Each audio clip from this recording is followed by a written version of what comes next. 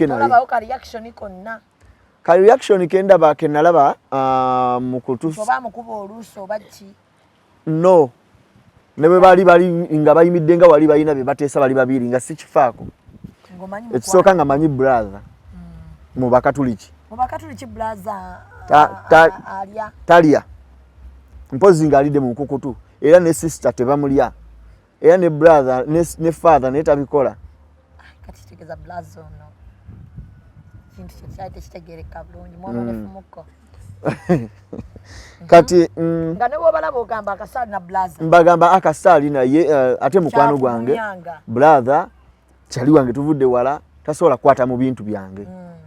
Kumbe ye liso litunula. Kumbe liso lye litunula walala. Lili musikati.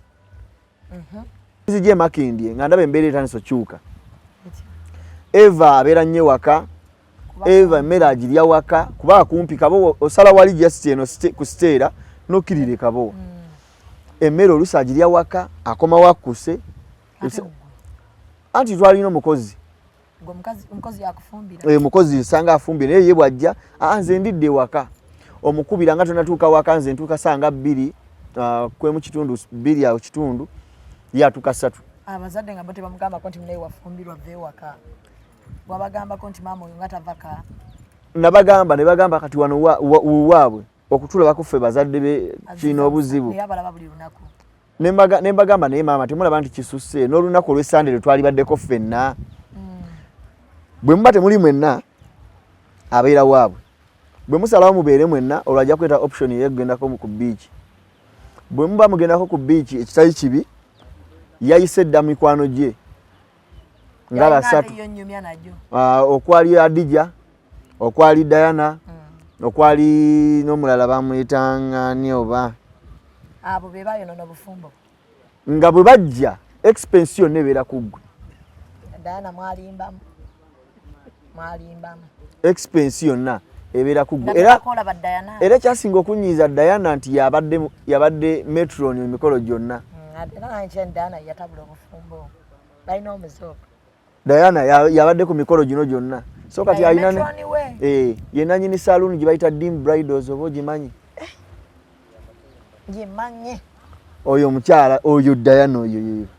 So kati ayina n'abalongo. Deem Bridals. Mumanyi. Yoyo. So yatabula Obufumbo. Ya contributing nga kutabula Obufumbo Deem Bridals. Nnyo. Sikume embozi. Olwo ntandise okusalibwa ebiyungu. Mbale manyi musajja yasala ebiyungu. Ku luno byakyukamu olwo ntandise okusalibwa ebiyungu. Mukazi yasala. Naye ng'osala ebirungu nga naye waali yali tasala nti ngenze nja kudda ku Lwokubiri. Nangamba mu wiiki tujja kubeera nga emikolo tujja kwegatta emirundi 2. N'owulira otya musajja? Olwokusatu n'olw'Essande. Ng'oli ku timetable? Kitegeeza nga Olwokusatu n'Essande oba owaze okimanyi? Ate ku Lwokubiri oba amunyiiziza ku Lwokusatu tolya. Yalina obusungu bungi. Nga buvaawa? No, ngamba muntu wa busungu avaako mangu. Avaako mangu. Okusalira kuno yali alina ekimunyiiziza kuteeka ku timetable? Nedda, ssaawa zino bwe nkijjukira nti yali alina omulala gw'alina osaavinga.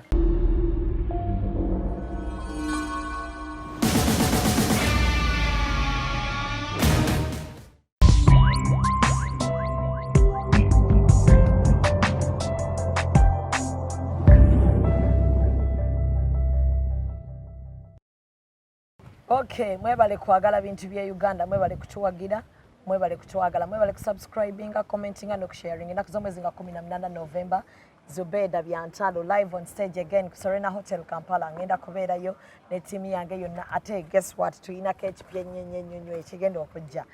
Theater yakyuse twamukyusizza. Kati beera wolindirire olunaku lwe tugenda okola press conference. Ejja kuba temanyi yashiba na Cindy kuba binnumye nnyo. Seeka Kasanti shibalabika abawagizi bagenda mulabira ku bawagizi baffe ngamba team Cindy negenda kuza mwezi 15 mugendeyo muwagire Cinderella baby ali wali ekololo. Ndi wano n'omukulu omuko waliwo ekintu ekitinse kati abakuba banje ebintu byabwe gwe nno omwana ow'obuwala awulira nti tofumbeyo nkukakasa nti sooka ogaana okutwala ebintu ewammwe bw'owulira nti kati onyikiddeyo mufumbo yoyo omuntu gw'oyagala yoyo gw'oyagalira ddala ate olyoka ogenda ewaka omwanjule mu bazadde nga n'abazadde toobaswazi. Ndi wano n'omukulu agenda kutubuuzaako omuko atubuulira amannya ate ffe tumubuuze ebyaffe kubanga ino interview ebadde esembayo era nsaba bwe mmala omukolako tewabaako addamu okusaabulula bwe ntyo bwe nkola ebintu byange mmala okukolako omuntu saagala mulala amusaabulu kubanga kati mba mmaze interview entuufu gye yali yeetaaga. Oli otya mukulu? Gyendi Madamu Zubeda nsanyusa okusinkana. Amanya bampita Dan Kavuma Sekidde mu bulamu bwa bulijjo ate mu bulamu buli obulala nga nzize ku mirimu ndi muyimbi. Oli muyimbi bulijjo oli bweno waffe bulijjo? Amanya bampita Ricky Miki. Ricky Miki? Yeah. Obulumi butandika ddi buno n'ofuna ekirowoozo ekigamba nti kaŋŋende mmanje ebintu omanyi kati nze nga ku sayidi yange ng'onankyusa endowooza mpulira ng'omuko okugenda ku buko kubanja ebintu kirina engeri gye kikukkakkanyamu gye kikuweebuula nga enjogera bweri bwe ne bagamba bannabi omuko nga mukopi. Obulumi bwatandika 2021 ng'atandika awo. Si covid? Mwendabire ekifaananyi kya Mildred neyali omuyima wange eyali best friend wange eyali buli kimu eyali omubuulizi w'enjiri wange eyali kwegamba nga ali mu bulamu bwange at least ekitundu. Omanyi kyaliwo kyali wange nnyo ate gwe nali neeyabiza ebyama byange eri omukyala nti munaye mukyala yakoze bweti naye oba leero nzireyo neme munyega n'agamba tomunyega muveeko banyiza anyege so ngenda okuddayo nga ndaba n'oli naye ali ready like option yange gyendeese nga nayo ali ready agiwerokaminga kumbe yabaza okubulirwa dda kingenda okukola so byonna mbiraba kati biseera bino nga biyiseewo so bwe nalaba ekifaananyi ky'okukyala omukolo 2021 omukolo nga gumpiseeko nawulira obusungu naye ne ŋŋamba nti obusungu tebukola kankuuma obusungu bwange naye omukolo guno ogw'okwanjula ne bwe guli bawa ne bwe guli Babungereza nja ttunda ebyange byonna nja kgenda ku mukolo ogwo ngukyankalanya kubanga yali main aim yange. Okukyala kwali kwa 2021 n'ogamba kansirike zikakkane nninde okwanjula. Okukyala kuno kuba njagala abantu bano bategere story yo kuba kati nganze omushami Zubeda nkunenya ngamba ogenda otya ku buko kunoonya ebintu kati ne ngamba zomanyi saagala nnyo kunenya abantu njagala nenzija netegeera story yo mmanyi waliyo n'abanfaanana era bonna mbaaniriza. Kakati ebibuuzo byange biri bwe biti njagala byonna byonna ng'obinziramu bulungi nnyo ddala nsobole okunnyikira n'omulala ali eyo alaba nnyikira agambe nedda omusajja alina right ebanja ki ebintu bye ku buko. Wafuna mukyala wo mwaka ki? Namufuna 2012 n'omuwa sempeta twasooka kubeera ffenna ne tukyala mu 2013 kitegeeza lwayise omwaka gumu nenkyala bwetwabeera naawe okiwulira muli ng'era njagala bulungi nnyo naawe omwagala ng'era mwagala nange. ne muzaalawo abaana awo teyasooka kufuna lubuto 2013 afuna olubuto olwa mutabani wange saawa zino omugenzi bamwita Rodin Kavuma 2013 afuna olubuto. Batugamba temusobola kubeera mwenna no teyalufuna 2013 tumaze okukyala twagala kutandika okubeera ffenna bwe tutandika okubeera ffenna mu mbeera eyo nga omwami n'omukyala mubaako bye mwekolera n'afuna olubuto mu 2014 ng'atandika. 2012 we wamukwana tewabeera naye? Nabeeranga naye naye kyonna kyabeerawo naye twali tukiziyiza obutakola byambyono oba nze nange nali saagala nnyo kweweebuula kugamba nti nfunisiza omwana abandi olubuto nga sinabamuwasa nga tebammanyi era nituteekawo embeera okwanjula okukyala kwonna siina kye nateekamu n'ekikumi. Nali nkyasoma nali nsomera Arua nali nsoma engineering mechanical engineering ate nga naye asoma ku Tem fashion wear so ffenna nga tusoma saidi yange bazadde bange be bateekamu n'emikwano gya maama akakiiko ke balina yalina kuba nali sirina ssente kuba ebiseera byo nalina emyaka 26 nga walwawo kola 26 wali osomye nali navaamuko okusoma nensoka ne bino ebyokuyimba ne bintwala obwongo nenzirayo nensoma nentandika ate okukola ki kakati omukyalo ono omufuna okyasoma naye asoma bamama basonze mugende mukyale tugende tukyale era twajja wano ekabowa ne tukyala wenyini we twajja almost twasonda million nga 10 kukyala kukka mama ali mugenda facilitating omukyala era fe twa facilitating kubanga naye yayita ina ate nga tebasobola kweteekamu so ne tukyala ne tumutandika okubeera ffenna kaba twabeera ffenna ne tuvaayo embuya ne tujja saidi ze Makindi awo ku Mubaraka ne tubeerawo n'afuna olubuto mu 2014 ng'atandika bwe bakiwulire waka ne kibayisa bubi nnyo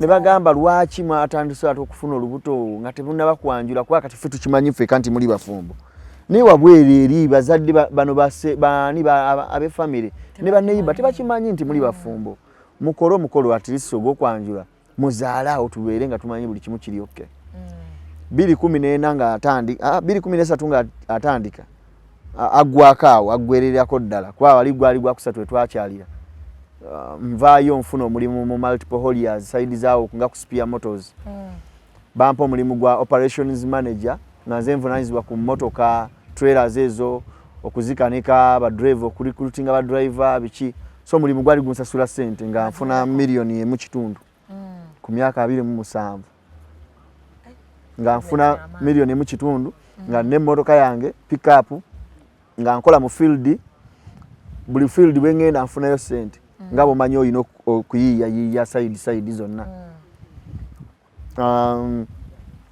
so nentandikira okukola 2014 tuteesa mu kutandika okwanjula pressure tuteereddwako olubuto olutandika okukula bagamba kiina okubeerawo ng'olubuto terunnaba kuzaalibwa maama agamba olubuto tulina okwanjula ng'olubuto terunnaba tutaddewo embeera deti yemu ey'embaga nga 21 November tukola okwanjula saidi zaawe Kabowa wana wenyini ere waka ewaka tetwakolera waka wenyini wabula wafunda twakolera ku church waliwo bayita Kabowa ku church wenyini ku garden ya church mwe twakolera okwanjula kwa wali wafunda 2014 maloizo okukola omukolo ogw'amaanyi ng'azaala nalina maka sente nga kawera azaala amalo azaala omwana mulenzi tugamba kati yentandikwa nnungi kubanga otandikidde ku musika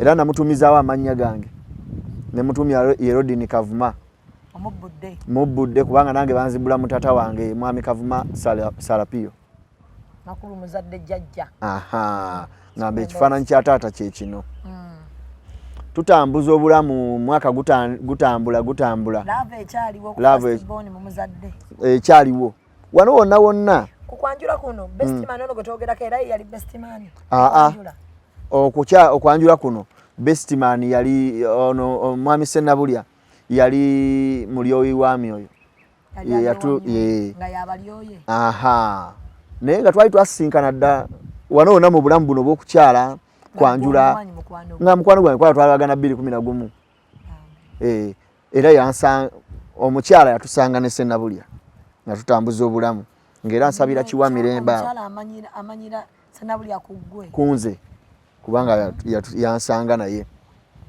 tutambuza obulamu muno mwonna Sennabulya mwali asonze ssente atusabidde tukoze biki byonna tuli naye mu mbeera yonna tutambula naye so mu kukyala no mukwanjula tumaliriza okwanjula azadde Sennabulya atugamba nti mu September wabayirawo okulamaga ebya okwabikira Maria saidi z'ekibeho kubanga abakatuli kitukkiriza nti waliyo abakyala basatu ekibeho abalala babiikira Maria n'amaaso gaabwe naye abakyala abo abamu gye bali so ne kifuuka kifo kya bulambuzi so tugendayo notulamaga biki n'omanya ebyafaayo ng'agamba alikozeseza chance eno ne mbanga abakoze nga bwolaba honeymoon naye ne mutambulako ne mwebaza kubiikira Maria okubasabira okukola omukolo omulungi bwe gutyo ogw'okwanjula ate n'omwana ne muzaala mu mbeera nga nnungi ne tugenda naye nga bwe nkugambye nti nalina ssente ne mukama wange yali yanjagala nnyo bamuyita Mwamudu Katabaazi waawe kasanga ati era omwami oyo mwebaza nnyo yambeeryawo nnyo mu bulamu bwange yampa $5 kuba namugamba waliwo option y'ennyonyi n'okuyita mu bbaasi nagaa kati gwe tolinnyako ku nnyonyi lwaki tolinnya nnyonyi ati si ogende wano e Rwanda olinnye ku nnyonyi ne mugamba yi ne yanziza nga bagamba abatwalya mmeka nga mugamba batwalya $3 nga tuyita Kenya nga gamba kale nze kankuwa 5 oyongereko 10 nga mugamba njagenda ne mukyala wange tuyite waggulu bano bo bayite mu bbaasi nga nkwata ne $3 endala 3 ku zange nga nsasulya ne Sennabulya mumutwale ekibeho kibeho kiriwa kiri Rwanda nga agenda Sibitoke nga agenda ku boda y'e Burundi ategeera nnyo bulungi naye tugendera so tulinnye ennyonyi lwaki bano bayita Kenya Kenya Airlines twalinya Kenya Airlines kubanga yali cheaper nga egenda ku stoppinga ke Nairobi then ate mmale muddemu mugende e Rwanda ate nga Rwanda Air yali ya bei muko kuba yali agenda direct ng'egenda direct so musasulidde ticket tugenza abantu basatu nga bw'omanyi nti mu bulamu bwa bulijjo bwe ntambula nze gwe mukyala wange otambudde ntambudde ne mukwano gwange tugeze mba njagala kacyayi sijja keetabulira ojja kantabulira ate mukwano gwange ate naye tajja keetabulira gwe mukyala ojja katutabulira ffenna so embeera eyo yonna yaliwo ng'atufaako ffenna babiri ng'era nange ndiyokke naye ka reaction ke nalaba mu kutuusa no ne bwe bali nga bayimidde nga wali balina be bateesa bali babiri nga sikifaako ekisooka nga manyi brother mu bakatuliki talya mpozi ng'alidde mu nkukutu era ne sister tebamulya era ne brother ne father naye tabikola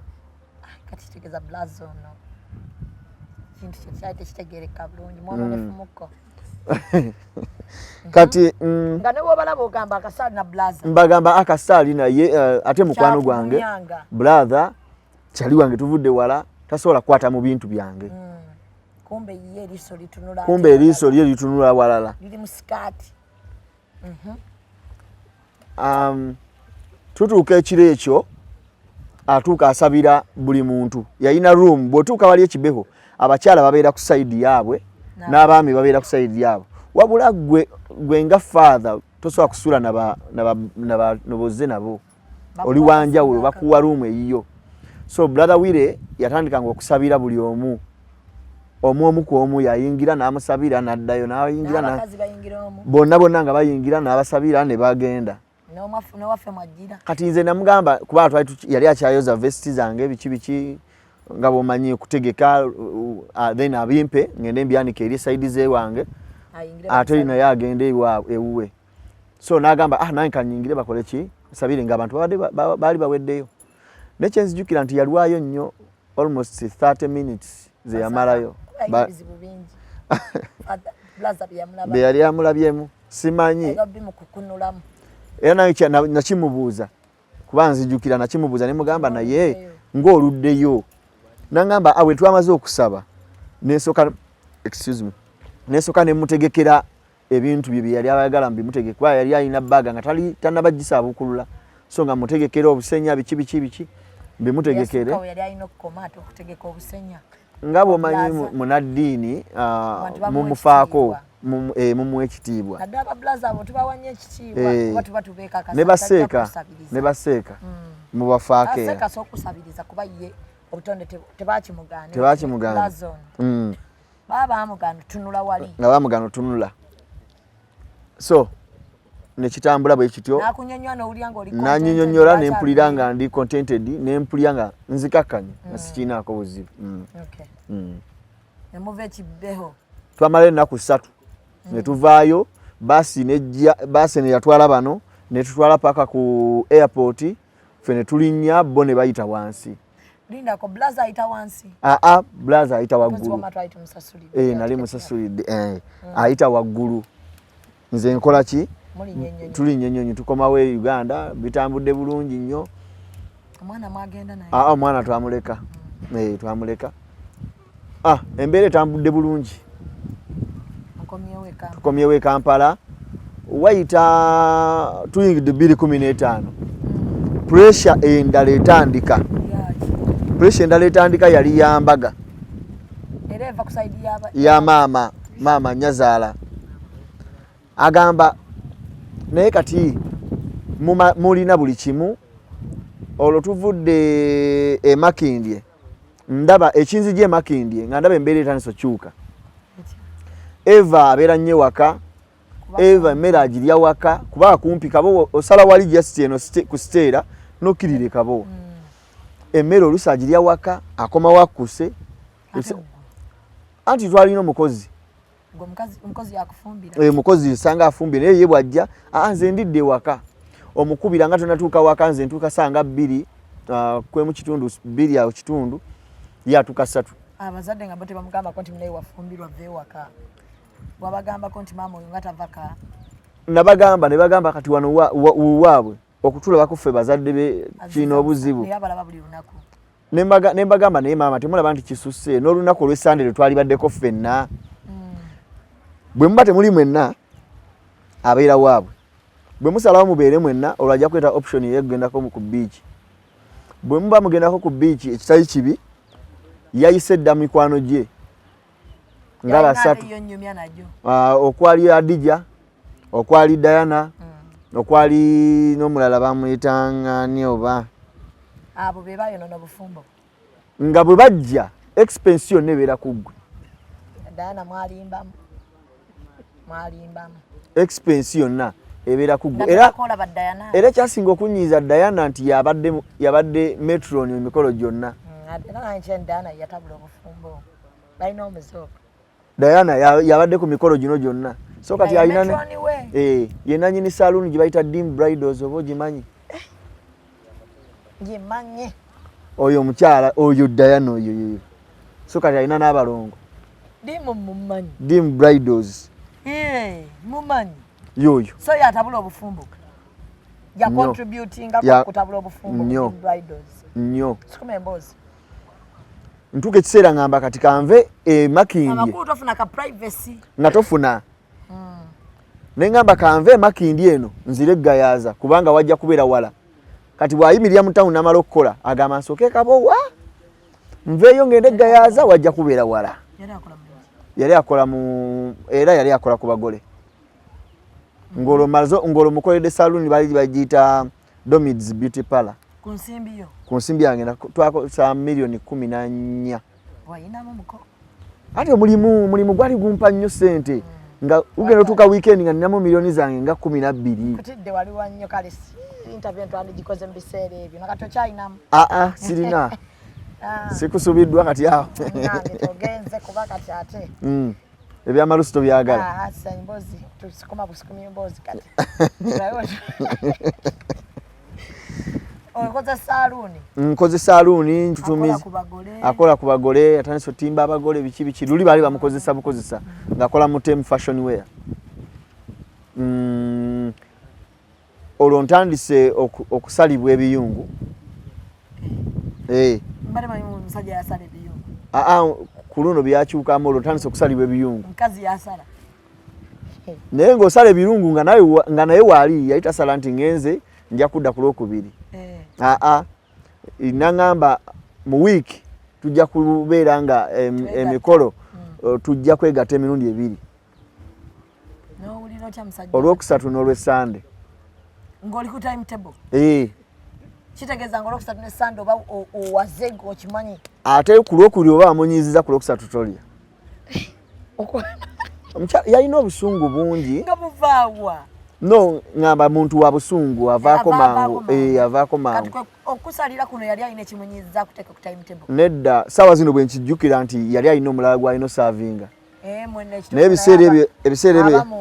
ebiseera ebyo yali yeekwasa nti ebintu ebyo byomunafuya nnyo ebyokwegatta kati bw'aba agenda wakitegerako nti kuba abakazi baba bagenda ku family planning ayogera ne munne namugamba ngenda ku family planning method wait family planning teyagiriiko kati kuba wana abantu awo ate wanyiziza bakusalira ebiyungu nesenga wakola ne saluuni kamezi okateekawo buli kimu okikola ewaka bulungi ne bakusalira ebiyungu Wednesday ne Sunday kubanga ezo ennaku nga takola abeera waka kati ne bw'amala okukola n'asumagira tewali buzibu naye mbu bw'atuuka ku mulimu like bimunafuya asumagira nnyo olunaku lwonna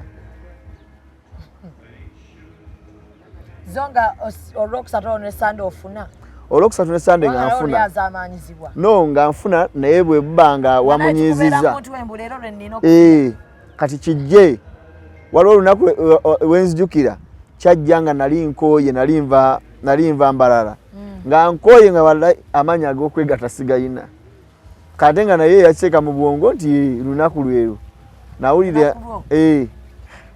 nawulira nga obulamu nga ninga ali ku kibonerezo neŋŋamba oba nekyange ng'olina okubeera kati jjukira nga ekyasinga okunsesa nti kwolwo olunaku ng'olina okulya nga atalya ng'alina omululu tugeze obadde n'enjala kati ojja olye ng'osimbamu fooko omukyala amanya kitegeeza olina gy'olya kati ng'oluusi nkoowa ng'olina okudutuukiriza ate olina okulaga nti mbadde muyonta najogebwa naye nandiga emusajja munnange naye ezo maye bituuka n'ogamba kati nenkuyita musajja munnange naye yakumanyiiramu no namanyiirwa naye nali sikiraba nti mmanyiirwa kubanga nali mwagala nnyo kimusaanira ng'amanyi n'okuba nti balina omukolo gwe bagendako ba ku weekends ng'eyo nga balina oba pate biki nga pate dress olina ogigula naye ng'ogituukiriza n'ogigula oba olina ogigula asanyuke bwe lunatuka olunaku n'otali ogenda kukola oti ozinga oli wa nnaku bbiri nga ndi wa nnaku bbiri ate nga mwolwo olunaku ng'olina kulya gumu si bino byakulya nti twakayingiramu tuddemu simanyi morning glory salawo time gy'olya onaalya nga tuzuukuse oba onaalya nga twakayingira goleka naawe ebyo bintu kazi nga yali muzibu nkugambye wali walondawo time ki no time gye nalondangawo nga kiro nga bwa okay nga mu akayingira obuliri nezirikire kwaliko ddakiika eddakiika tezaaliko kubanga nze nakimanya kati nakimanyanga neŋŋamba nti kati ate nze ng'obuzibu bwe nnina oba ekirungi kye nnina nga ndi wa ddakiika nnyingi nga tozannyirwako ddakiika 45 nze ndi wa ddakiika 45 kwana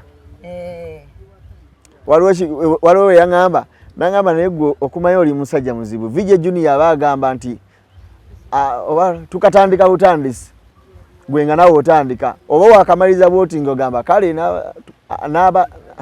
oba abasigaddewo mutuule waliwo akaddako waliwo kye boogera vije junior so dakika 45 kwana nga ze ntwalamu kati awo ekyennaku ebbiri okimanyidde tewakigambako blaza namugamba nali siina kyesita mugamba nali mu bulamu siina kyesita mugamba bwakimugamba yakuwa magezi yaŋŋamba maybe mwetaaga okukyusa engeri gye mukikolamu nze nga sinaba kuwugira naye yogerako naye omubuuze omugambe lwaki ebiseera ebisinga oba tugeze nti bw'ova ku mulimu lwaki tobaako wooyitira oba ne tuyitirawo babiri nga tetunadda waka kuba ewaka abaana baba bakyatunula lwaki temugendako nga mu woteeri okyuse ku kifo maybe environment emutami bw'akikola nga ssaawa nga 12 munyuse mwena ssaawa 12 ne mugendako mu woteeri ne mukolako bye mukoze mugenda otuuka ewaka obudde bugenze nga ne laavu eri already n'obukoowu bajja kubasai mukoowu n'ekigezaako kyakola era natwagenda naye tekyamuyisa bulungi era nalooperwa ewa maama wootandise okubeera ne mukyala wo mu woteeri omuyise malaaya namutute mu woteeri yani yantute mu woteeri naze manyi oba tugenze kunywamu ku biki naye omanyi okutuukayo n'apangisa ruumu nazaala nankubira n'ayomba omwana nga omufudde malaaya tokyalinako lukusa senga nga talina sengaawe senga yali abeera Masaka ate nga siina simu ye ate yali mukyala mukulukulu atuyagala mutawaanya nasagala mutawaanya omusajja muloopiropi kati olwo bataddeko pressure y'embaga tulina bino ebizibu byonna mwebiri kyokka baagala n'embaga mweri balanse okuteekako pressure mugamba wano nkooyeewo tugende Gayaza nga mutwale Gayaza by the way ne Gayaza mukama wange oyo yali boss wange nali bimunyumiza nga era abantu ebitu birimu babiri brother Wire noyo mukama wange era nangamba nti nze mbadde ngamba embeera eno y'okusenguka jangu eno wali wadde ogirekerawo nina ennyumba wange zange wano nnyingi twalako rooms 2 double room nzikuwadde omwaka mulamba nga bw'osonda sente ozimbe muve mu kupangisa kuzunga kudde eno n'eri yanjagala Mwamudu Katabaazi yanjagala nnyo nga mutabani we yatuuka n'angulya n'emmotoka by the way yangulya n'emmotoka nga nina eyange naye nga eri mu bubba nga saagala gibalaga naye nangulya n'emmotoka kati nenjagala eno emmotoka kaali ka Ford Focus njiwe mukyala wange ono naye yagitomeza yayita naba kuyiga ate n'atomera ekisenge mu kikomera mwenyini mwe twali tubeera neyonooneka nenjitunda ne tuvaayo Makindi ne tudde Gayaza tuli mu nyumba yaki ya bwereere netandika okunoonya sente tandika okugula nengula ettaka naye nakagula ettaka pressure mbaga netandika nemugamba siina sente biki nangamba nze ngenda kukolerako ebimu naawe kolako ebimu kumbaga tukyalina omwana omu awo biseera nga n'olubuto lubuze lutandise okubula like saawo aŋambye agenda kunkolerako decoration naye yennyini okweyambaza ne changing dresses ebyo agenda bikola then nze nkole ku birala kulya kweyambaza ekifo kwa twakolera ku Muganzi Lwazza emmotoka kupangisa amamotoka gagenda tuvuga ebyo byonna expenses so egira tuyingira Tuesday class tutandika okusoma Rubaga ku cathedral batugattira Lubaga oba ojjukira papa lwe yajja the week before fwe batugattira mu November 2015 nga 21 tuteesa olunaku tugamba atukola olunaku lwe twakola kuki okwanjula kubanga olunaku olwo lwali lw'amaanyi nnyo lwe tweraba olunaku lwe nasooka omulaba lwe namukwana lwali 21 November 2012 ate nga lutambulira mu weekends juke emikolo gibeera ku weekends ntambuza obulamu bwentyo embaga etandise tubikoze byonna tutuuka biseera nga embaga ebulayo omwezi gumu nga tebalina kye baakozeewo ewaabwe nga tebalina baali bamusasuddeko $50,000 yali abasabye obaka mu kitundu mubuuza process kyeriwo nangamba nti sente ze twali tusuubira mama yali agenda kufuna sente mu black naye baamugamba waliwo abantu 3 abamuli mu maaso so gwe ogenda kufuna mu January ya November nagamba kati olwedde nakiyingidde sisuula kisazaamu ate nga n'abawagizi gye bali kola embaga tulye embaga meeting zisanse tuula zatulaawo bampa mukama wange yampa $15,000,000 gyali talina nnyo naye mutima gwe mugagga kojja wange yampa $5,000,000 nange nendeeta mboga yali awedde kuba yatwala $4,000,000 almost yonna awamu ezaali zizimba gorofa. Tukoze embaga. Bestman yali mukodomi wange bamuyita Cyrus Mukwana. Nga tugamba nti kati omuyima waffe abeere nga bwali nti yatulyowa emyoyo yatubuulirira abeere William Sennabulya. Kwa Bestman okubeera omuyima wammwe olina okubeera mufumbo. William yali talina certificate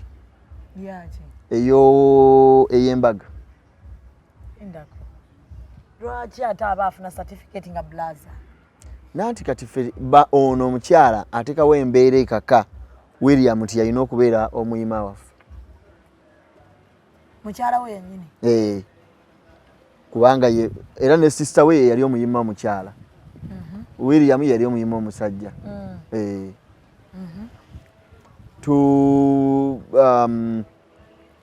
Mbadde ku ki? Ye muyima omukazi agambye nti ono yababeera omuyima. Yabeera omuyima waffe naye nga talina certificate. Kyenzijukira obulungi baafuna certificate eyo.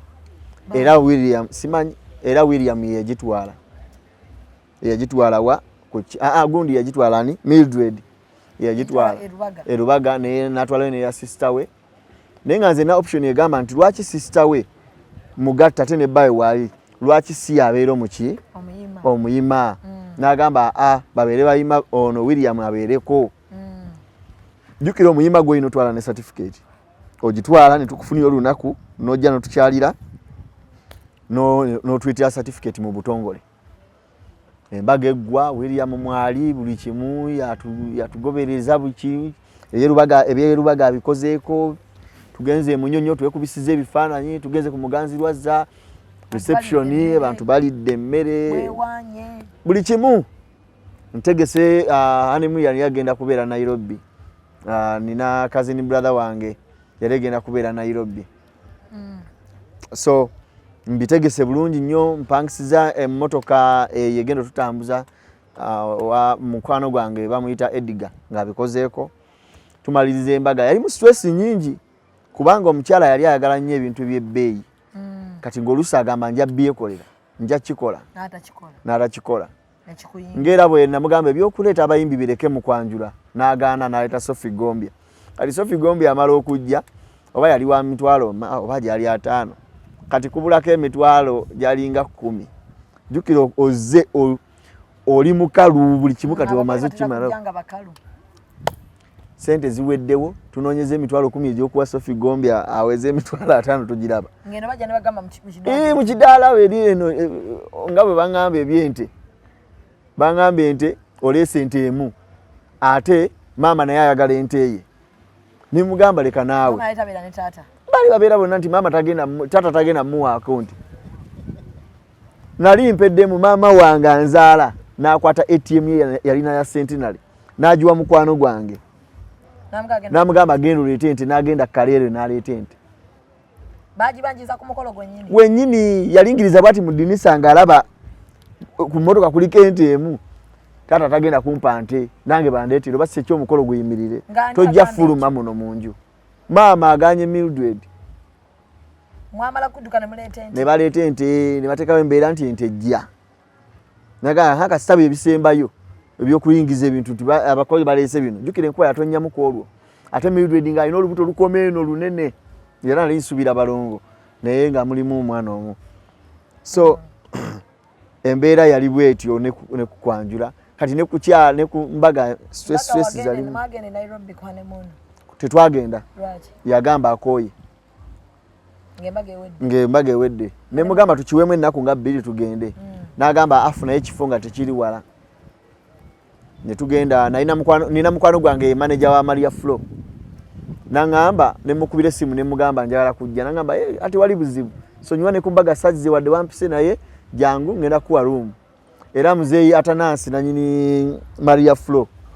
Yali mukwano gwange nnyo ngera buli ngenda yo gyensula n'atwaniriza n'atufumbira embuzi n'atufumbira enkoko namba kiro ne tulya bulungi nnyo. Kumbaga donga tekuliko nnaku nti lero tojja olunaku lwemwagenda honeymoon lwali lwa Sunday.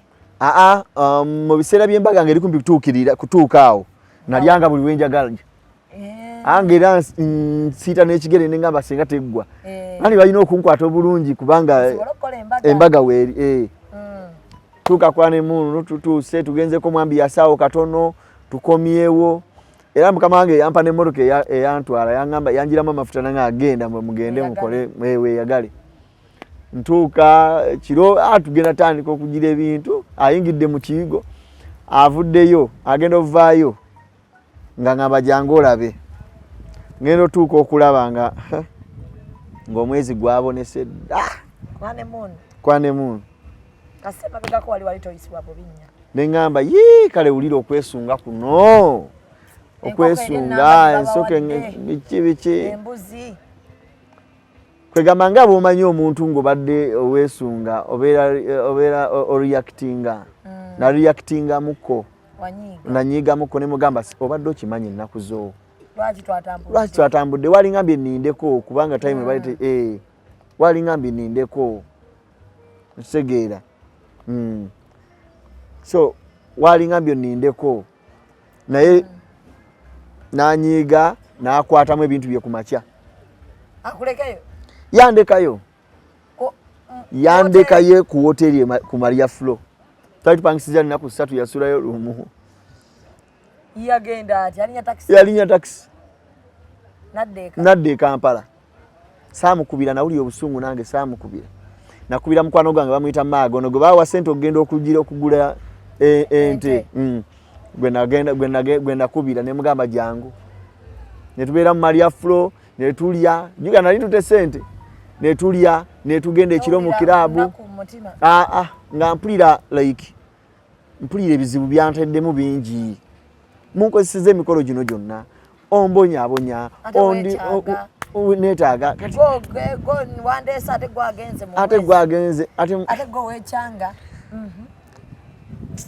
maze ennaku 3 nkomawo ewaka omukozi aŋŋamba anti aliwa ne mugamba anti yakomawo naŋŋamba takomangawo wano ne mukubira esimu ne mugamba mami oliriddawa nali muyita besti ne mugamba besti oliwa oluusi namuyitanga besti oluusi malayika ne mugamba malayika oliwa naŋŋamba ndikabowa jangu nnone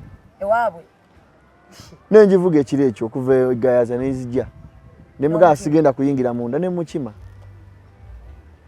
bwe nagenda mukubo ne mugamba naye lwaki wakoze ekintu ekyo nagamba nabadde njagala kulaba oba onjagala nali nze bino byendaba mu firimu ofuluma mu hoteri omusajja najja nakugoba nakwegayirirako naye nakanyatuuka wansi wabayangawo buno obufirimu buno busopusi bwaba Spanish obwo buki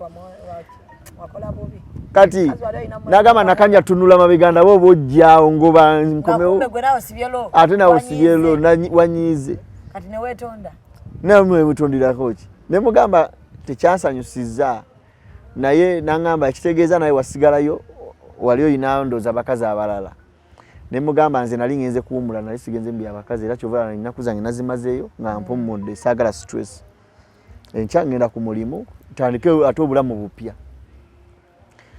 waayita weeks nga 2 oba 3 embeera y'ebiyungu neddamu tandika okutambuza obulamu bwe buto teyampita yaŋŋamba bugambi saagala n'olulala saagala ku lwokusatu kasi enkyalo wakusatu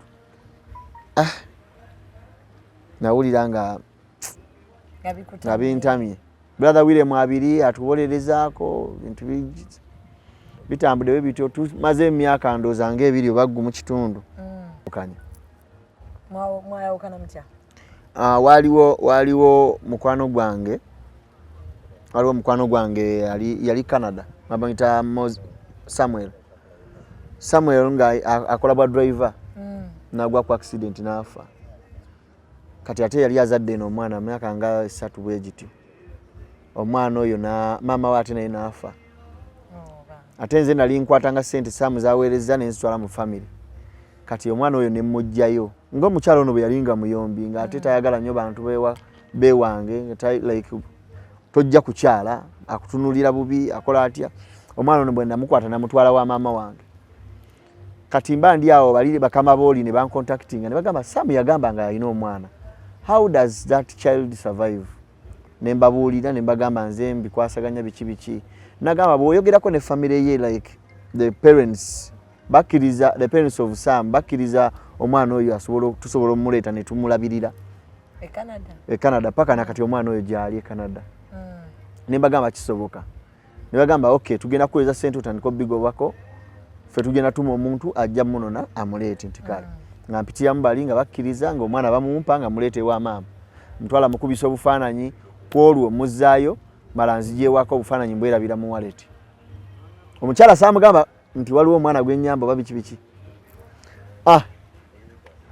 ngenda ku mulimu enkeera akebera mu nsawo zange ez'empale asangamu obufaananyi bw'omwana aginkubira ku makya ng'enyoka bweti ozaala otya ebbali mwami kavuma n'ozaala omwana ebbali ono omwana wa myaka ng'esatu ena ozaala otya omwana ebbali nakugamba nze sizaala nze omusajja wazaala ebbali sobola kubeera naye nemugamba nkyali ku mulimu nalina bisitwesi by'oku mulimu awaliwo accident yali eguddewa ku lw'Emasaka tubeera ng'eyingiridde ennyumba nettamu abantu ng'ate nze nagitadde ng'ate nina ogikebera mechanical condition nti yabadde nnungi so nze nagita nga sigikebedde kati nga meeting gye ndimu ya either I lose my job oba nyinyonnyole mbawe satisfaction eraga nti emmotoka eyo yabadde nnungi namuggyako bujja ne mugamba kanziremu nkukubire nkyali mu meeting saamuwabudde ne brother Wile yankubira olunaku olwo maama we nankubira saabakwata bonna ngeno tuuka ewaka ng'ennyumba nkalu nga n'omukozi yamugobye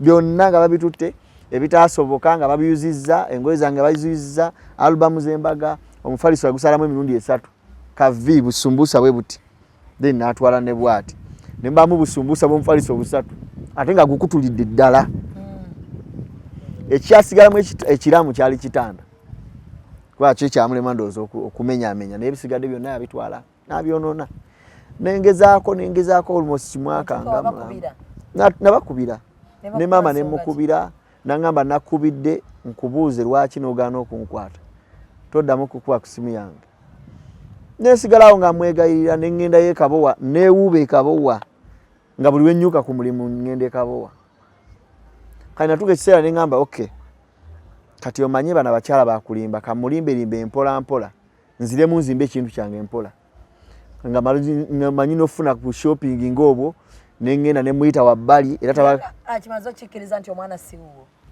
omuwala ye namuyita ne tutuula ne mulaga buli information yonna n'angamba abazadde nabagambe naye baganya kikkiriza bangambye onnimba ebyo byonna nabifumbi abazadde be bamusaliranga kubanga n'okudda maama ye yamugaana nga nze manyi n'okukola shopping ne muyita ku kabalaza era bwe muba mugenda ekabowa ng'ewaka waliwo ekkoona eryo erisembayo ng'olutuuso olwengera gate mu kkoona awo waliwo akabalaza akali awo twatuulanga nga tulinga abeekwana obutaati nentera bu shopping bwa ice cream bwani nemuwa netunyumyamu awo n'agende waka nenzire ewange bwento almost buli lunaku okumala bbanga ki fweya natuuka nemupangisiza n'ennyumba aveeka yagamba ewaka wa mutami nemugamba jangu nangamba maama yaŋŋaana nemupangisiza ennyumba awo ku mukaaga omwana nga be bamuyina nemupangisiza ennyumba awo ku mukaaga awo ku Gayaza road nemupangisizawo ennyumba naye nga nze mbeera Gayaza yabeerawo nkolera ntinda kati bwe nve ntinda nzijja nendya emmere bwemba nayo kyenneekoleddewo nenkyekolerawo nengende waka nga ndi nzekka jjukira ennyumba yonna kati ntandise ogijjuzaamu ebintu nabisuula saaguteeka kasasiro nabisuula waliwo ebimotoka bino ebitwala kasasiro babitwale ebyasigala nenongoosa nenteekamu ebintu bipya byonna ebisinga nengoye mwaka guggwako awo tuba asinaba omanyi lwaki mupangisiriza ngendayo lwenjagala muwa ezakameeza muwa buli kimu nengamba nga bwatuuse wano eGayaza avudde ekabowa nga bwatuuse wano ku mukaaga wano kumpi okutuuka ewaka wajja tuuka wa mutame nga atuuka ewaka mba ndi ngenze ekatuna nali ngenze ekatuna nga nina bye ngenze okunonayo nali n'emmotoka zemperekedde waliwo zino emmotoka ezibira ne wide road kati oba oziwerekera oteekako ala mu maaso okulaga nti emmotoka eri dangerous mba nkomawo bankubira essimu angamba ewaka nvuddewo ne mugamba lwaki nangamba nsenguse ngenze namasuba ne muganga tongambye ani yasasudde ennyumba nagamba nze nasasudde ne mugamba weebale nnyo waite naku 2 ngendayo ngendo tuukayo ng'ebintu ebirimu byonna bipya double room nga ne box ziri wali eya TV entebe empya buli kimwe kirimu mu nju nga kipya ate bino byewabadde bapangisa wanegayaza weyabadde ku mukaaga oba yabiteekawo oba yabizaayo kabowa kubanga naawe ebyalimu si bye yagenda nabyo nabyo yali aguze birala ng'era just single room bipya totyamu yadde aŋŋamba yafuna looni n'agula ebintu ne mugamba kitegeza kati yagala kweyombekera kubanga oguze bino toli wakudda kati olwo ntandise okukkiriza ndio n'agenda mba ndi awo ntandise okusalibwako nti bw'oba ojja amala kunkubira buli wokuba siriiyo buli wokuba kale jangu leero naye togenda sula kubanga waliwo agenda okujja sisa wange waliwo agenda okukola bwati simanyi biki kati ng'ogenda ate togenda sula olumala okulya ekyeggulo naye gayaza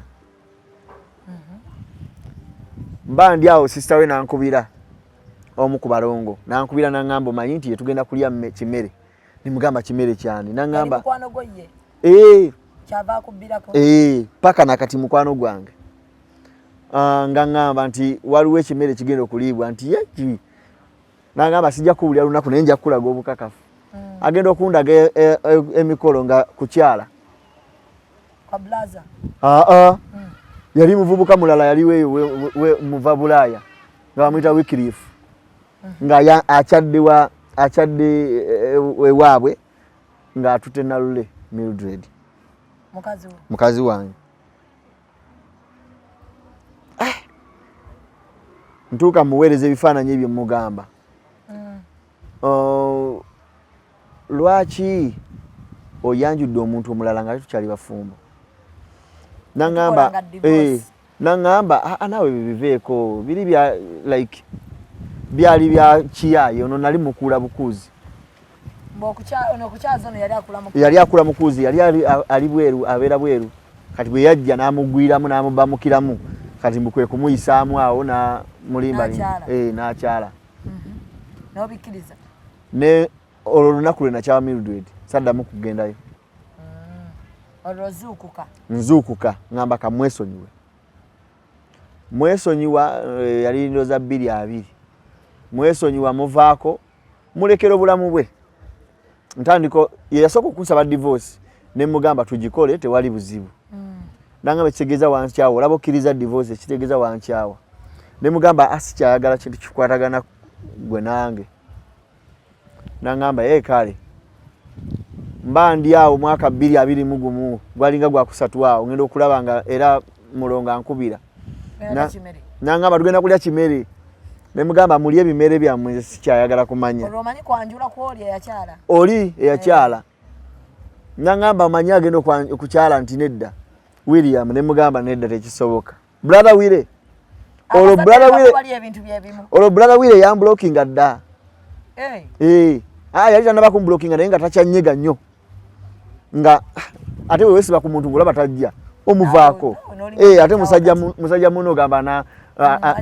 ate agambye mbu simanyi gwe atalina simanyi kikyo mu kisambi simanyi mu magulu nga muvaako nga muva bampeereza ekifaananyi ky'okukyala nga brother Wile nagwawo ekigwe nenkubira brother Wile essaawa eyo naŋŋamba ogamba otya kyekiriwo muganange kyekiriwo ne mugamba ebifaananyi bino byenkuweereza bituufu oba bikyamu biriwa n'abiraba n'agamba mwana kankuddire mbadde nina byenkolako wano katono ngenda okuddamu ogikubako nga blocking eyajjo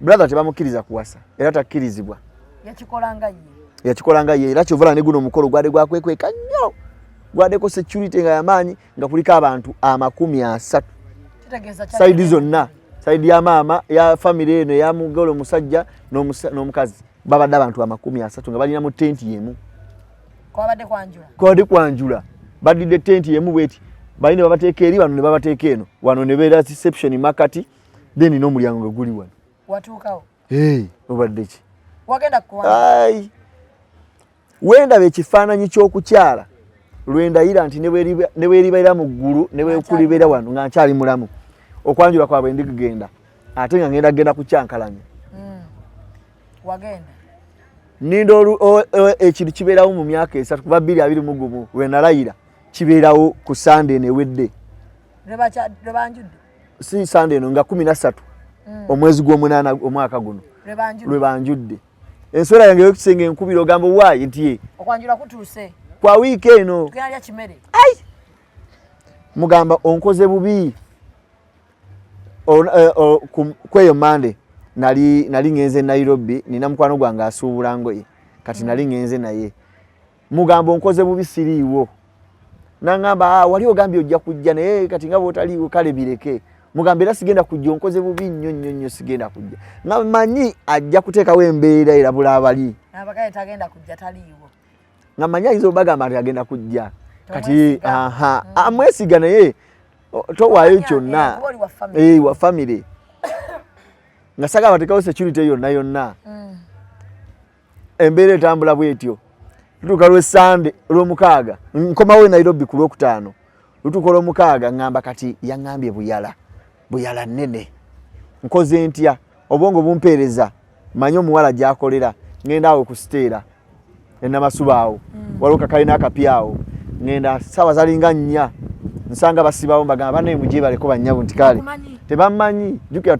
nava dda mu bulamu bwe tugenda kwanjula nkya naye ffe tuli besayidi zeeri e Masaka naye twazize tugenda sula wano kati okwanja tugenda kugendayo nkya naye tetumanyi kifo ate batugambe tujje wano wa Mildred ku saloon waliwo ajja otulagirira okwanjula mujje wano nkya ssaawa nnyawe tugenda osimbula nti affe tulina emmotoka yaffe yiiri gye tugenderamu enamba yiino kwata nga batuwa enamba ono gyali n'essaawa zino asobola obbalagirira ku mukolo tebagaba kaadi tebagaba bagala beera bise naye chairman ye yangambye bamuwa kaadi nga nkwata namba nga tugumiikiriza enkeera nalina mukwano gwange bamuyita Simon so akola ku Delta nga ngambo waayi Simon jangu nti njalo nkwatira bifaananyi bino tugenda kulya kimere nga muyitiramu ngagamba nti ngaleeta ne majega kutaka nga nange nfuna maje nga nfuna n'akamotoka akamotoka ka Diana kanona bintu ngenda kunona bintu oli kushiwa ndi eimu yange bampe ebyono byaleeta balina bye bagenda okuleeta so bye benjagala ebintu ebyo bibaleese nange bampeko ebyange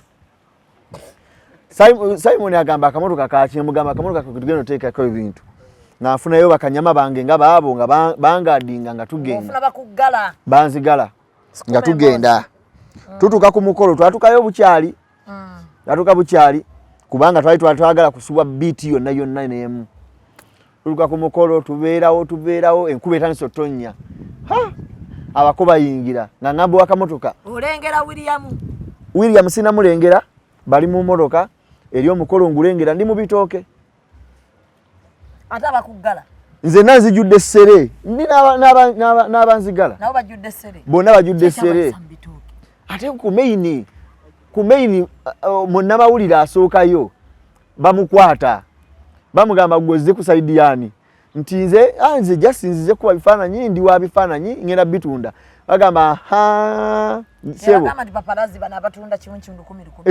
nanti yagamba bibyo nagamba ffe wano tetulina gwe twayise ali okukwata ebifaananyi ali official ali ogu wano tolinawo omukolo leeta nga babidireetinga byonna bamugamba yitawo fuluma genda ne bagamba ono alabika badde munnamawulire nga bakuba ku poliisi mutuwerezeyo pickup nga zijezi babyambalo bya bbulu nga bayingirawo we bati nga beetolola ekitundu abakutte emiggo nga bajja bavubuka bali mu leeya nga bali beetolodde ekitundu mama nagamba kati wano plani efudde yaki ey'okufuna ebintu kubanga gino emiggo sijja gisobola nga nindako tutumya munnamawulire omulala ye tebamumanyi ajja ayingira ekidaala akwatakwatayo buvidiyo bwakutte nga naye bamukaba nga bamukwata olaba n'abagenda ku mukolo nga tokkirizibwa kukwata mukolo gwa munno tojjayo simu ne serifi togyekubisa era wali babagamba kazindaalo bino ebintu ebiri wano bya nkukutu temukwata kintu kyonna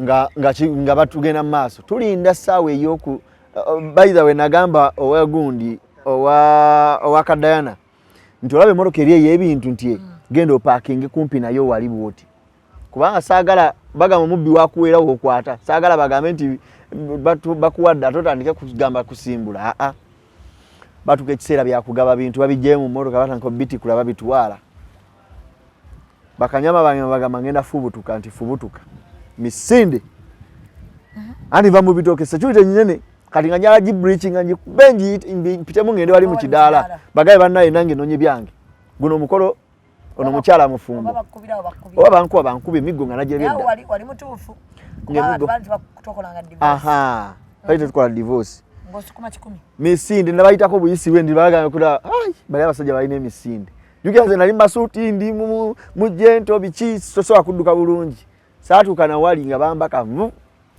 nga bankwata yitawo ngenda okulaba buli omu akebera nga bagamba yono nga buli omu alina n'ekifaananyi kyange ku ssimu baba wadde oyo bwajja mumukwate omukolo gwali gwansasagge nnyo era bankwatira awo nembe simatulako abruptly nenziruka ne bakanyama bange tebalina kye baakola ne tudduka ne tubawe ku mukolo nemba weereza obubaka nenkubira maama essimu ne mugamba nzija nga bwe mwafunye ebintu ebyo nzija nange njagala byange tumaliriza maama naku nga 2 mwamwe naku 2 ngina batanyiga nga numba kabowa abantu bali bakyakumanyi kubanda bya abantu bakuyiye abantu bamanyi omukolo gwange abasinga baaguliko n'abaali abaana bato kati bakuzi bamanyi omukolo baagulya keeki baazirya so nga balina okubeera mabega wange neŋŋenda ne baŋŋamba ojja kudda enkya maama nga mweka kafa agenda kukuwa ebintu byo oba jasyagala kubuzaabuza yali ambuzaabuza maama lwaki balidde emikolo bwe giti emingi famire si bakatuliki nnyo lwaki beeyisa bwe bati sikitegeera famire yo yagenzeeko neyogerako ne famire eri oba tebannaba baayogera nnyo naye nga tewaliyo wano wotandikidde okuba nga odduka wano tebannaba famire ye egamba ki famire yo famire yange famire yange yempagira famire yange yempagira terina buzibu naye nze nabagaana ne bagamba temujja mundeke nwane lutalo lwange era nkirwana nzekka ate omwami ono yali akuyambe nnyo alwa bosi wange mu 2 ndowooza nga 2 navaayo ku kampuni eyo gye nali nkoleramu navaayo bwe navaayo ne tuluzinga contact naye kati mukubirako mubuuzaako bwansanga mu kkubo nankubirako oba neŋŋendayo oba netugendako mu kasawuna bwe tutyo naye bwe bityo yabirabye by the way talina kye yaŋŋambye era ali so silent about it ate nange sinaba mukubira byonna yabimanya era ng'ogizeeko nze twali badde abantu 3 abaali badde mu bulumi buno nze ye ne Senabulya kubanga Senabulya oyo brother Wile yali amanyi buli kimu kati ye mujjeeko ate ye yakozeseeyo advantage naye buli kamu omwami oyo ani Mwamudu Katabazi namunyumizangako ng'era buli kimu akimanyi Erubaga nagenzeeyo ne bagamba bagenda bikolako nagendayo lwakuna ne baŋŋamba mbawemu paka Tuesday bagenda kumpa final decision fakoze bagenda munoonyerezaako all this so kati nabawaddemu obudde Tuesday tomorrow ngenda gendayo saawa 3 ngenda kubeera ku Erubaga ku church then banoonyereze ne certificate gye yawaayo eraga ku church nti mufumbo eri fake teri fake bwe bajje eri church eyo gye yakolerako bagende bababuuze mwambagatta nti ekituufu omukyala aliwa ye baamugattulula baakola divorce ne mukyala we before kuyingira buno bufumbo bulala okuwasa okulala so byonna kereziya byonna ebirimu kati waliwo ekintabula mu anga abakatuliki aleeta ebbaluwa kyaki eyagala okunoonyereza ku bbaluwa babulaza bawasa era kyo bakiŋŋamba okirinako obukakafu nti bulaza Nembagamba ofaaza omukulu amukulira yennyini nyini owekiwe Mirembe ye Father Edward inyandiera bidde bana wekiwa Mirembe kati Father Edward akimanyi nti ono blaza era ono wekiwa Mirembe nnyo yasabisa ebiriwo bino Mildred wamuwulizaako Mildred tanaba kunkubirako ate nga ye muntu gwe nalisinze okwagala kunkubira ne bwaneetondera mbivaako mbyesonyiwa oyagala yeetonde kigambo kimu yeetonde toyagala maama we toyagala anoyagala Mildred yeetonde abo bo maama kubanga kye bakoze leero ate kinyiiziza nnyo ekyokundeeta wano bakantamuze emirundi ena kinyiiziza nnyo neŋŋamba nensalawo bwe baba baagala nti mbiveeko baneetondere ekintu kimu okwogera ku mwana wange nti yafa nti ndi musezi ate ng'omwana wange yafa kansa baneetondere bakisazeewo nti ddala kituufu twali tulimba si musezi baneetondere n'okuneetondera okulya ebintu byange mu lukujjukujju nga balina abatunda muwala waabwe nsobola obivaako ne Mildred yeetonde omwana yafa ali ne maama we eno ng'anobye yafa ali ne maama we eno ng'anobye bakubira bukubizi nti omwana mulwadde bankubiranga ng'omwana alwala ne mutwalako Lubaga ne bamujjanjabako awo katono kati nensalawo najjajja wange ali Nairobi nangamba mulete mwagakaani tugenda okwagala like okumutwala kukola rifaaro ne batugamba mulina okufuna rifaaro okuva e Mulago tugenda e Mulago omwana batuukana bamutunira magambo n'omwana mugamba alina sikoseero naye tulaba nga alinamu leukemia nagamba katukebere byonna tulabe results zigenda okudda ng'omwana alina leukemia ne tugamba tubali tujjanjaba mwana nga tujjanjaba mu kujjanjaba omwana mwakwatagana twakwatagana naye nga twali twayawukana nga era buli kimu kiri waakyo paka omwana kutufaako nga tuli Bulago tujjanjaba omwami yazze n'ayogera nti oli musezi omumanyi omwami simulabanga nako n'abeekabowa bonna babaddewo n'ababuuza bannaye kirabika famire yonna sigirabangako naye omwami oyo gwe mwalabe ku TV mwalimu mulabyeko wano nga mmwe abafamire nti nedda owulira nga bino oli byejjusa mu maaso eyo bakyokola owulira oli contented nakyo ekiyinza okuweweza sisobola kyejjusa kubanga omuntu yenna agamba mbu nakoze bubi asooke yeekube mu mutima agambe ebintu bino nga bwe bitambula n'olugendo lwawulidde singa abadde ye kubanga abantu abamu obusungu bubafuga kati ng'omwami ono gwe walabye ewe Masaka eyasse mukyala we baali bayanjula biki yagenze n'atta mukyala we n'amusalako bulago n'amusibirayo mu nju n'afuna wakweka ekisumuluzo n'agenda ewaabwe ku kyalo ne yeetugira mu bitooke n'ebbaluwa ng'egamba bannayinzise mukazi wange naye ekisumuluzo kiri wano wansi w'ejjinja mugende mumuggyeyo. Nina omwami omulala namulaba ku Salama Road awo yakwata mukazi we mu Bufumbo yamusalako obulago naye yennyini neyesalako obulago ne bagwa wansi bonna ne bagwa we wati wansi. So nze mbadde saagala kukola kintu ekyo. Omwami yazze mawulire okusaidia y'omukyala ya Mildred yagambye ekisambi kye waleeta ekisambi kye waleeta ekyenti bakisala ku nte n'emabbali. Tukyagendera ddala mu maaso wako waliwo omuntu atutawaanya ate ekyennaku nti naye wamawulire tomanyi nti bw'oba okola interview nga waliwo omuntu akutawaanya professionally kibi. Nsaba tusooke tukole mukwano. Omwami yagambye nti ekisambi kye waleeta ekyenti mwakisala ku nte emmanju ne balyoka bakireeta. Ekyo kyanneewunyiza nnyo kubanga bwenna leeta ente nga bwe nabagambye wali ku gundi ekabowa ku church waliwo distance n'ewaka ate emmere tebagifumbira ku church awe kabowa bagifumbira eno ng'ewaka ne bagisitula busituzi ne bagireeta wa ku church.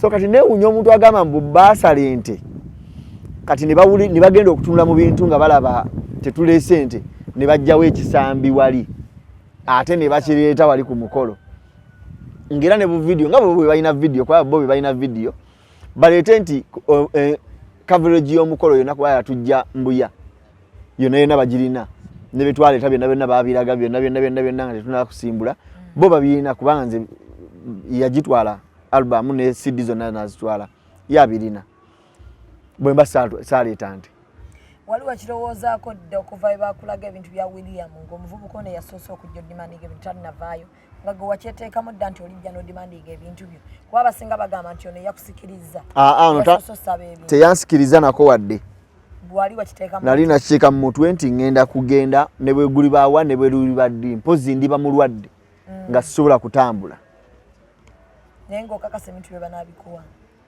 ebintu olwaleero lwentegedde balina abatume bwe batumye nga bagamba mbu ate bwe bakuwaako certificate za Buganda n'ebifaananyi biri ebisigadde nga tebabiina n'obasonyiwa mbagamba mbasonyiwa ku bintu ebyo bye mbagambye kwe basonyiwa nga beetondedde mu mawulire nasaba ente nasaba entebe nensaba dining ne tanka y'amazzi then nebiri package ya Buganda eyo gye baleeta Ozi kati osazeewo nti we beetonda osobola nabyo butabyagala nsobola nabo bitabyagala oyagala beetonde mu mawulire oyagala beetonde bokka mu mawulire kwana nange najja mawulire okay tweyanziza nnyo Kavuma bannange nze omanyi njagala nnyo okulya story y'omuntu banaye tuwulidde story ya Kavuma at least gyevudde ayise mu bintu bingi nnyo lwakuba nti ekyennaku Madrid ayi katagisobola tuwa interview twandiwuliddeko ku side of the story tumubuuza lwaki yawanga omusajja timetable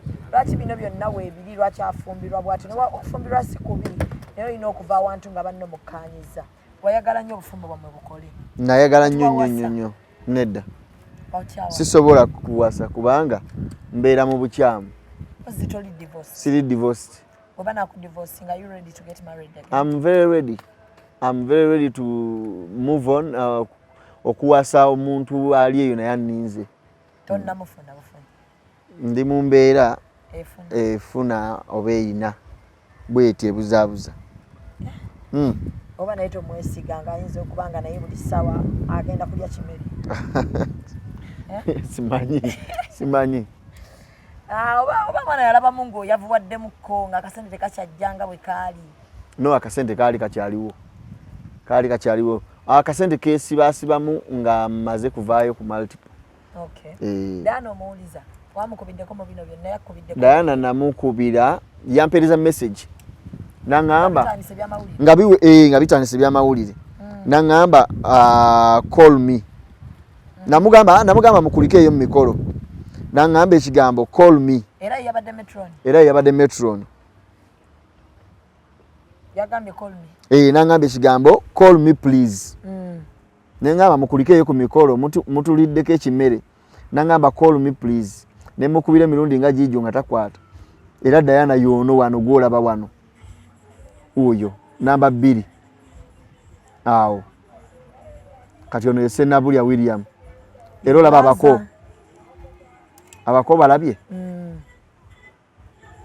abako beebo babale omu 2 3 obalabe baabo balinga 12 yono Mildred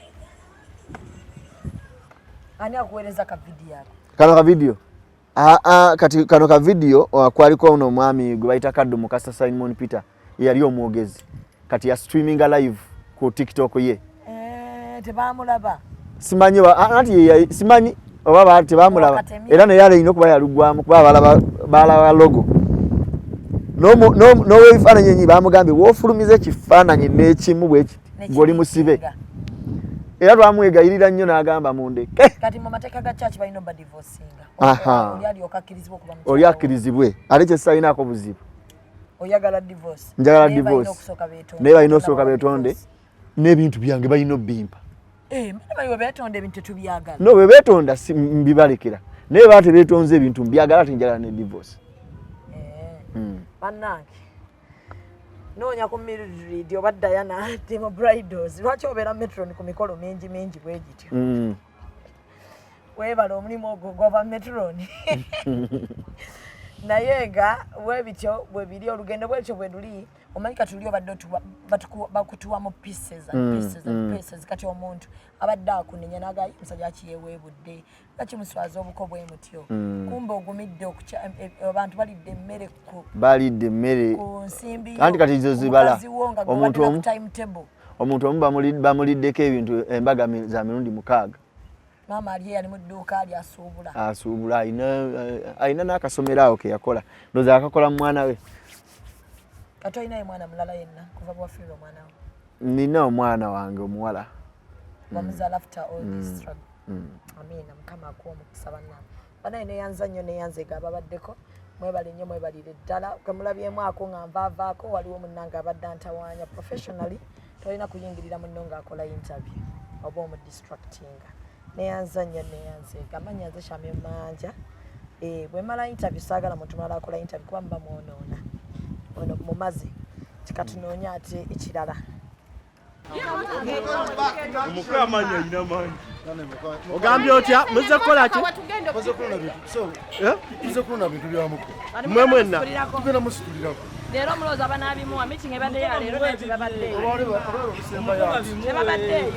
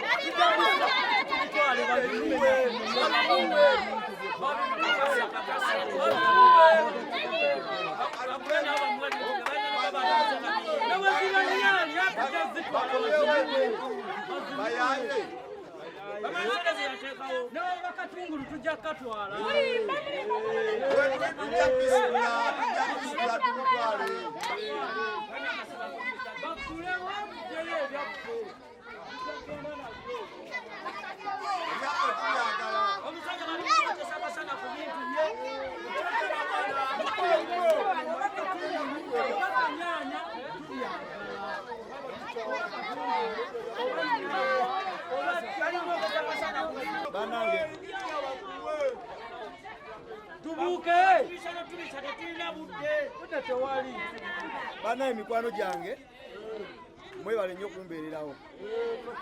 Mwebale nnyo okubeera ku sayidi y'amazima n'okulaga abaana bano emito emito nti ekintu kino bano abantu kye baakola si kirungi. Bamanye era waliwo n'abadaga ankubidde. Era waliwo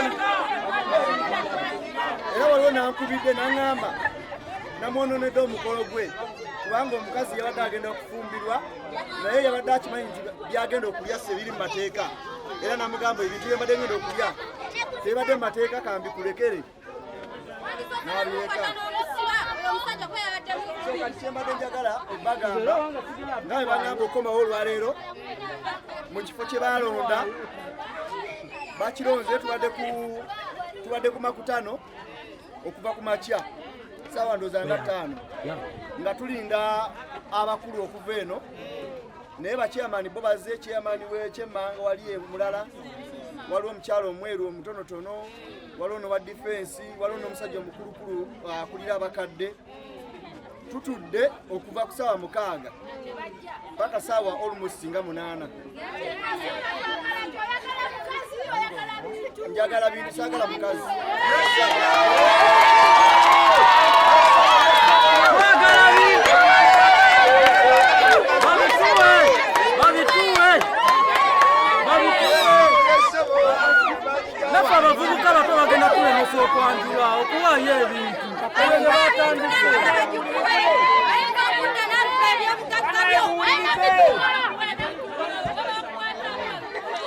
Akati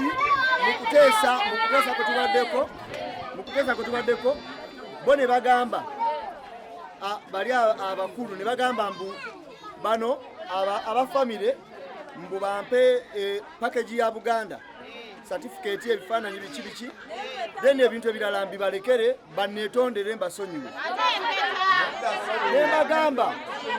Nembagamba bampe ne divorce.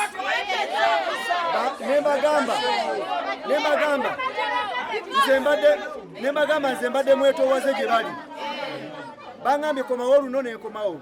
komawo enkya nenkomawo mirundi egi ena ne bagamba bwe babanga beetondera mabega akateni nga sibawulidde na ddoboozi lyabwe nga tebakikoze sigenda basonera kyenzizaako kati enkya ngenda kufayiringa omusango ngenda kuwabira abantu 5 mu kooti ngenda kuwabira maama mpabire taata mpabire omuko mpabire omukazi mpabire n'ono eyanzibyeko omukazi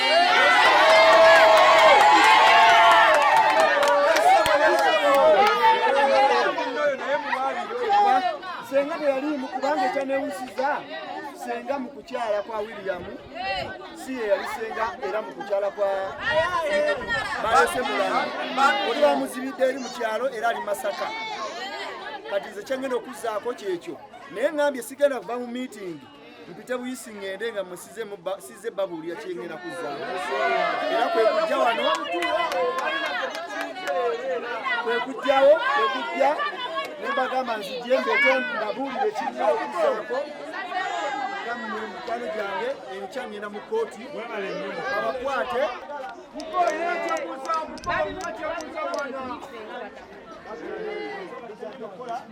Muko, ninachembuza mwana katanya saka mono kabichanje bagenda bituwa. Nani kali baganje? Byanchao baganje no kuba meeting yakiganje. Bane ngenda kola ne. Kira baba tumanyira kumanyizi. Bwalipa masomo.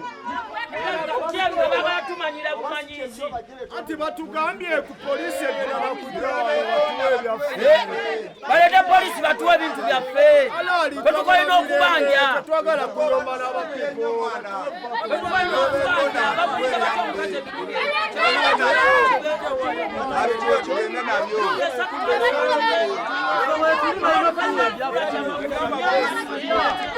Omukazi bamukula ki? Mukowe takikuwe wano.